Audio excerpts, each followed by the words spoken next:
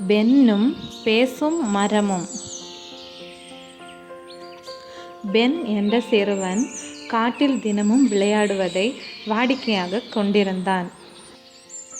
அப்போது, "வணக்கம் சிறுவனே" என்று ஒரு ஆழமான மென்மையான குரல் கேட்டது.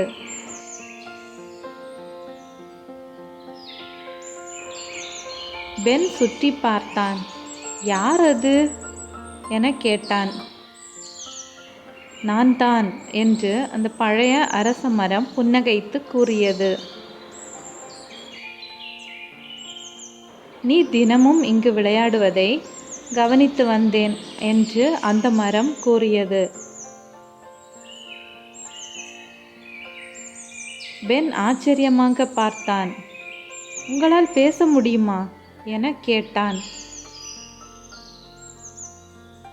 "உன்னை மாதிரி நல்ல மனம் உள்ளவர்களிடம் மட்டுமே பேச முடியும்" என்று அந்த மரம் சொன்னது. "ஒரு ரகசியம் சொல்லவா?" என அந்த மரம் கேட்டது. பென் உற்சாகமாக தலையை ஆட்டினான். "இந்த காட்டில் மந்திர சக்தி இருக்கிறது" என்று அந்த மரம் மெல்லிய குரலில் கூறியது.